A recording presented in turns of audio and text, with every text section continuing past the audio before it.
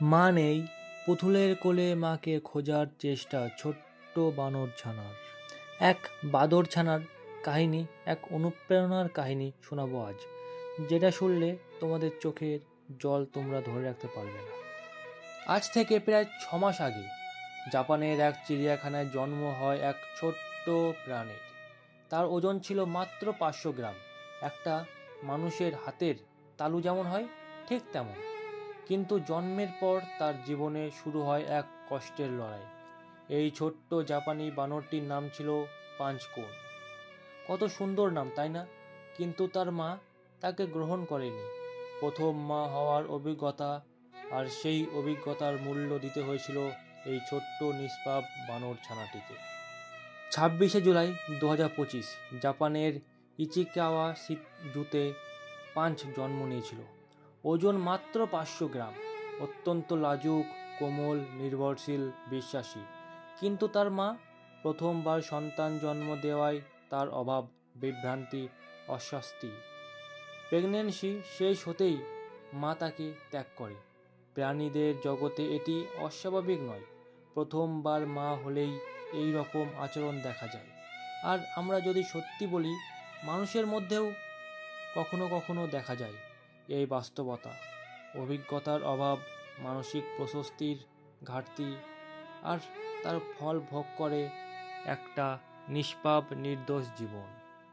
Punch জন্মের মুহূর্তেই পর থেকেই একা হয়ে যায়। চিড়িয়াখানার লোকগুলো দ্রুত বুঝতে পারে এই 500 গ্রামের প্রাণটিকে বাঁচাতে হলে শুধু দুধ খাওয়ালেই হবে না, তাকে দিতে হবে পুষ্টি, উষ্ণতা, নিরাপত্তা, মায়ের মতন একটা অনুভূতি। তখন তারা একটা বড় উড়াং উটাং খেলনা এনে দেয়। অবিশ্বাস্য হলেও সত্যি, পাঞ্চ সেই খেলনাটিকে বুকে জড়িয়ে ধরে। ঘুমের সময় সেটিকে পাশে রাখে।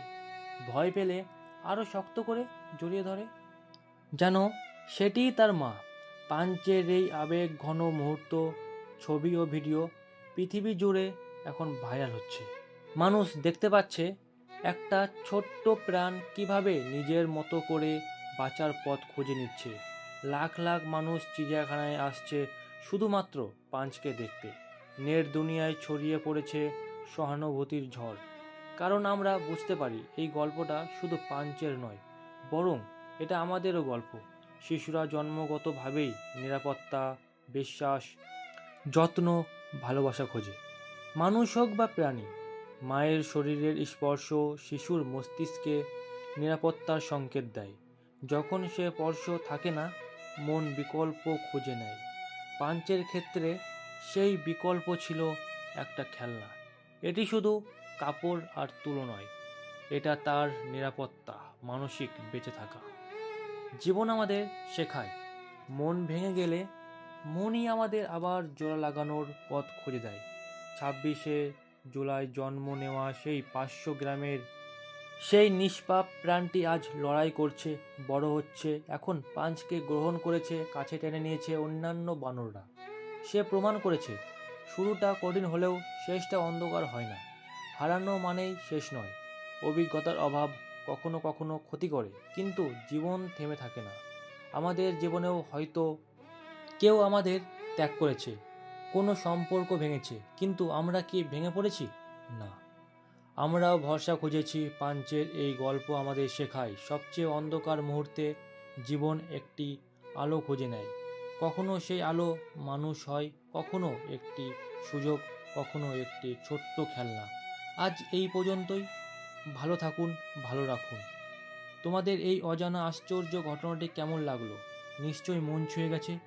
ভালো লাগলে ভিডিওতে একটি লাইক, কমেন্ট করে জানাবেন। আর সাবস্ক্রাইব করতে ভুলবেন না। এই রকম আশ্চর্য হলেও সত্য ভিডিও আরও আসতে চলেছে এই চ্যানেলে। ধন্যবাদ।